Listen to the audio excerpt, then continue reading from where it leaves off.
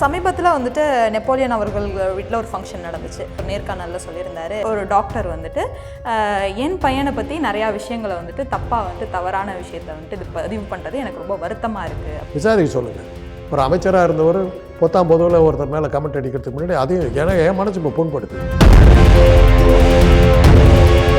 இப்போதான் எனக்கு என்ன விஷயம் தெரியும். இப்போதான் எனக்கு விஷயமே இல்லை. நம்ம வந்துட்டு கேட்க வந்தது தனுஷ் அவர்களை பற்றியே கிடையாது.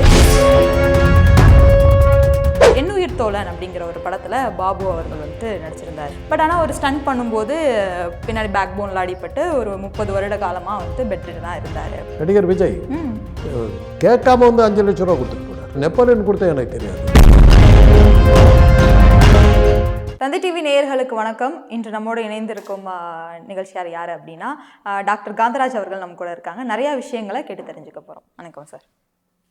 ஸோ சார், நிறையா நாங்கள் உங்களை பார்க்குற விஷயங்கள் எப்படி இருக்குது அப்படின்னா, யங்ஸ்டராக நான் சொல்கிறேன், நிறையா விஷயங்கள் உங்ககிட்ட இருந்து நிறையா விஷயங்கள் தெரியுது. ஒரு அரசியலாக இருக்கட்டும், அதுக்கும் நீங்கள் பதிலடி கொடுத்து பேசுகிறீங்க. ஒரு சாதி சார்ந்த அந்த விஷயங்களாக இருக்கட்டும், அதுக்கும் நான் பேசுவேன் அப்படின்னு இருக்கீங்க. லைக் டாக்டர்ஸ் எங்களுக்கு உடல் ரீதியாகவும் ஏதாவது தேவைப்படுதுனால, சினிமா இண்டஸ்ட்ரியும் சரி, இந்த மாதிரியான ஃபுல் சோர்ஸோட ஒரு மைண்டோட இந்த ஏஜ்லேயும் நீங்கள் பேசுகிறதுக்கான முக்கிய காரணம் என்னவா இருக்குது? இது எல்லாத்துக்கும் காரணம்னு எடுத்தால் என் தந்தையார் தான். தந்தையாருடைய நேரடி மேற்பார்வையில் வளர்ந்தவன். அவர் பேர் கஸ்தூரின் பேர். ஓகே. முதல் உலக யுத்தத்தில் பிரிட்டிஷ் இராணுவத்தில் பணியாற்றினவர். சூப்பர். மெசபட்டோமியா தான் இன்றைக்கி ஈராக், அது வரலும் போர்க்களத்தில் இருந்தவர். சமீப காலத்தில் ஒரு வருஷத்துக்கு முன்னாடி சேலம் கலெக்டர், சேலத்தில் இருந்து முதல் உலக யுத்தத்தில் பிரிட்டிஷ் இராணுவத்தில் பணியாற்றியவர்களுக்குன்னு ஒரு பாராட்டு இது கொடுத்தாரு. அதில் என் தந்தையாருக்கும் சேர்த்து கொடுத்தாரு. அது என்னுடைய அண்ணன் மகன், நான் என்னை கூப்பிட்டாங்க, என்னால் போக முடியல, என்னுடைய அண்ணன் மகன் ஜெயசூரியன் தான் இப்போ அதை வாங்கிக்கிட்டார். Great sir. பிரிட்டிஷ்காரர்களுடைய பழகி இருந்ததால் அவருக்கு அந்த பிரிட்டிஷ்காரருடைய பழக்க வழக்கங்கள் நிறையா இருந்தது. அதனுடைய விளைவு என்னையெல்லாம் அந்த மாதிரி வளர்த்தினார். ஓகே. வளர்த்தும் போது எங்கள் வீட்டில் வராத புத்தகங்களே இருக்காது.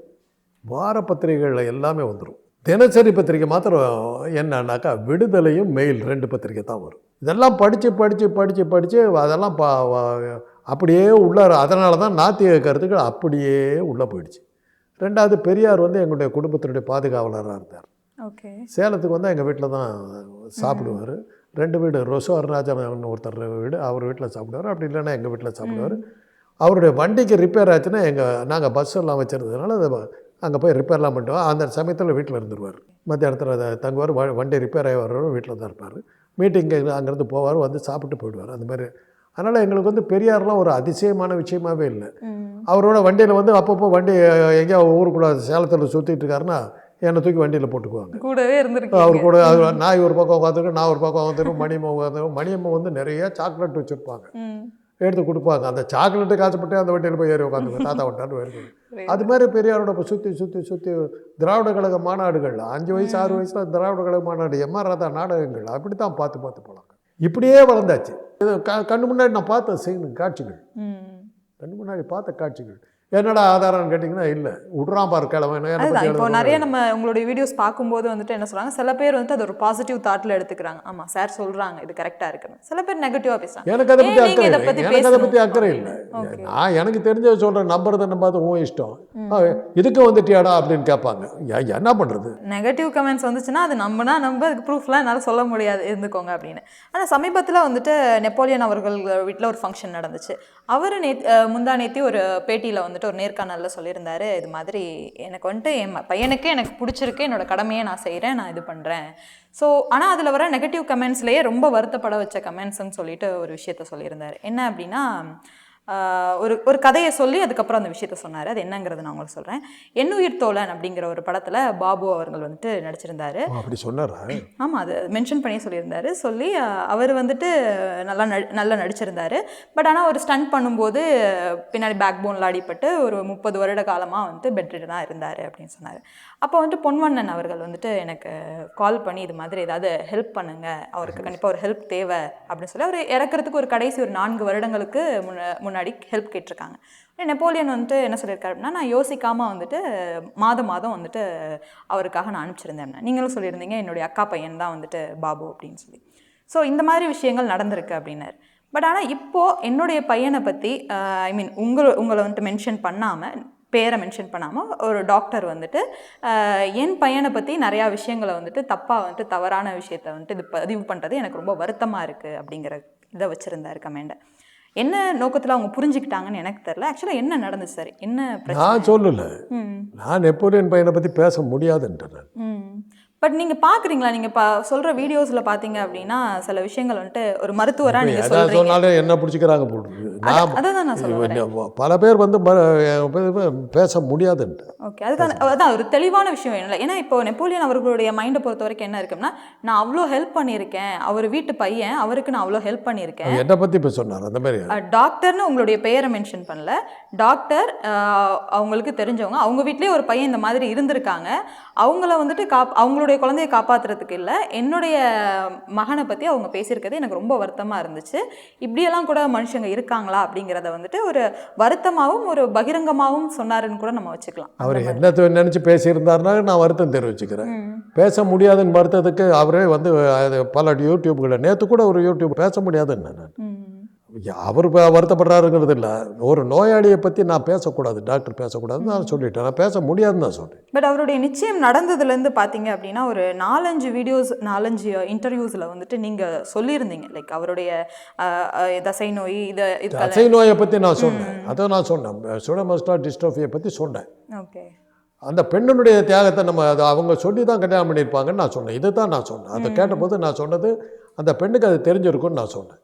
தெரிஞ்சது தான் இருந்திருக்கும், அவங்க இது பண்ணுறாங்க.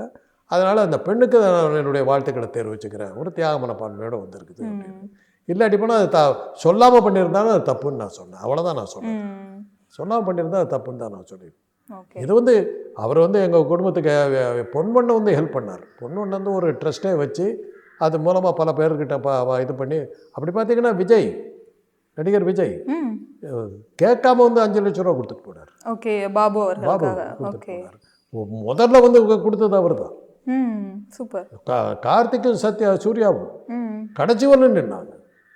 கடைசி வரலும் நின்னாங்க. சிவகுமார் குடும்பம் எங்களுக்கு பண்ணது இவ்வளோதான் இல்லை. பொண்ணு வந்து ஒரு ட்ரஸ்ட் வச்சு ரெகுலராக வந்து ஹெல்ப் பண்ணார். அதை மென்ஷன் பண்ணி தான் சொல்லியிருந்தார் நெப்போலியன் அவர்கள். நாங்கள் மந்த்லி கொடுத்தோம். இதெல்லாம் வந்து நாங்கள் எல்லாத்துக்கும் நன்றி தெரிவித்தோம். பாபு இறந்தபோது எல்லாத்துக்கும் நன்றி தெரிவித்தோம். நெப்போலியன் கொடுத்தா எனக்கு தெரியாது. இப்போ பொன்வண்ணன் மூலமாக அவர் ஹெல்ப் பண்ணியிருக்கலாம். பொன்வண்ணன் வந்து பெரிய நிறைய பேர்த்துக்கிட்ட வசூல் பண்ணி தான் அவர் வந்து ட்ரஸ்ட்டு ஃபார்ம் பண்ணார். அந்த ட்ரஸ்ட்டை போய் என்ன பண்ணுறதுனாங்க, அவன் போயிட்டதுக்கு பிறகு அந்த ட்ரஸ்ட்டை யாருக்கா பயன்படுத்திங்க, இதே மாதிரி பாதிக்கப்பட்டவ யாருக்கா கொடுங்க அப்படின்னு சொல்லியிருக்கலாம். இது மாதிரி நான் சொன்னது இது தான் சொன்னேன். அந்த நோயை பற்றி கேட்டப்போ யார் என்னன்னு சொல்லாமல் கேட்டாங்க. கேட்டபோது இந்த நோய் வந்து இப்படிப்பட்ட நோயின்லாம் என்ன சொல்லிட்டு வந்து இதை சொன்னபோது நான் சொன்னேன், இது நம்ம வந்து அந்த பார்த்தாக்கா அவங்க குடும்பம் வருத்தப்படும், அதனால் நம்ம அதை பற்றி பேசக்கூடாதுன்னு. ஜப்பான்ல இருந்து அவங்க ஒரு நேர்காணலில் சொல்லியிருக்காங்க. பையனுடைய திருமணம் முடிந்த கையோடைய ஒரு நேர்காணல் நடந்திருக்கு. அந்த நேர்காணலில் குறிப்பிட்டு இந்த கமெண்ட் என்னோட மனசை வந்துட்டு ரொம்ப பாதிச்சிருச்சு. நான் வந்து அதில் சொன்னது வந்து நோயை பற்றி கேட்டதுனால நோயை பற்றி நான் சொல்கிறதுக்கு பிறகு இந்த மாதிரி அவருடைய மகன் பாதிக்கப்பட்டிருக்காங்க, நான் உடனே நிறுத்திட்டேன், பேச முடியாதுன்னு நிறுத்திட்டேன். ஒரு நோயாளியை பற்றி டாக்டர் பேசக்கூடாது, அவ்வளோதான். நான் வந்து வெறும் நெறியாளராக இருந்தால் பேசுறது வேறு, நான் டாக்டருங்கிறதுனால நான் பேசவே கூடாது அப்படின்னு. ஒரு நம்பிக்கை கொடுக்குற மாதிரி தான் டாக்டர் பேசணும், நம்பிக்கை இழக்கிற மாதிரி பேசக்கூடாது. ஏதோ அவர் கவனிக்கலையோ என்னமோ தெரியாது, என்னை பற்றி கமெண்ட் அடிச்சிருக்கா, அவருக்கு நான் மன்னிப்பு கேட்டுக்கிறேன், அவ்வளோதான் நான் சொல்ல முடியும். நான் சொன்னது வந்து நோயை பற்றி சொன்னேன். அந்த நோயை பற்றி சொன்னதுக்கு பிறகு இவருடைய மகன் தான் அதில் அடிபட்டிருக்காங்கன்னு நான் நிறுத்திவிட்டாது. நான் பேசவே மாட்டேன். கேட்க சொல்லுங்கள், விசாரிக்க சொல்லுங்கள். ஒரு அமைச்சராக இருந்தவர் 10ஆம் பொதுவில் ஒருத்தர் மேலே கமெண்ட் அடிக்கிறதுக்கு முன்னாடி அதையும் ஏன்னா என் மனசு இப்போ புண்படுது. உங்களுடைய பேரை மென்ஷன் பண்ணல, பேரை மென்ஷன் பண்ணனால நீங்கள் கேட்குறீங்கல்ல, நான் தான் உடனே கஸ் பண்ணிட்டு வர்றீங்கல்ல, அதுதான் உங்களுடைய வேலை. நானாக தான் இருக்குன்னு சொல்கிறீங்க. அவர் வேற யார் நினச்சிட்டு சொன்னாரோ. ஆனால் உறவுக்காரர்னு சொல்லும்போது பொன்வண்ணன்ற பேர் வரும்போது அதுவும் தெளிவாக இருக்கும். ஆக என்னத்தான் அவர் சொல்லியிருக்கிறாரு. நான் அதை வந்து அந்த மாதிரி புண்படுவாருங்கிறதுனால காரணத்தினாலே நான் வந்து பல நிகழ்ச்சிகள் தவிர்த்துட்டேன். பேச முடியாதுன்னு சொல்லிடுறேன். கேட்க சொல்லு. டாக்டருங்கிற முறையில் நான் என்னுடைய பொறுப்புகள் எனக்கு தெரியும். அவரை விட பல வருஷம் சீனியர் நான். அதனால் இந்த தவறுகளெல்லாம் செய்கிறத வந்து அப்படி இருந்தாக்கா நான் இந்த இவ்வளோ நாள் டாக்டராக இருந்திருக்க முடியாது. அப்படி இருந்தாக்கா எங்கிட்ட பேஷண்ட்டே வந்திருக்க மாட்டாங்க. அவங்ககிட்ட போன எல்லா விஷயம் வெளியில் சொன்னால் மான மரியாதையெல்லாம் போய்டும்.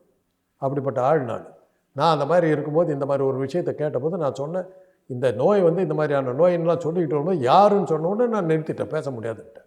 அந்த பெண்ணுக்கு என்னுடைய வாழ்த்துக்களை சொல்லிக்கிறேன். ஒரு தியாக மனப்பான்மையோடு வந்திருக்கு, அதுக்கு என்னுடைய வாழ்த்துக்களை சொல்லியிருக்கேன். அவர் சொல்லாமல் செஞ்சுருக்க மாட்டார், சொல்லிட்டு தான் செஞ்சுருப்பார். அதுக்கு பிறகு அந்த பொண்ணு ஏற்றுக்கிட்டு இருக்குதுன்னா அதனுடைய தியாக மனப்பான்மையை காட்டுது, அதுக்கு ஒரு வாழ்த்துக்கள். இவ்வளோதான் நான் சொன்னேன். இதில் என்ன தப்பு இருக்குது?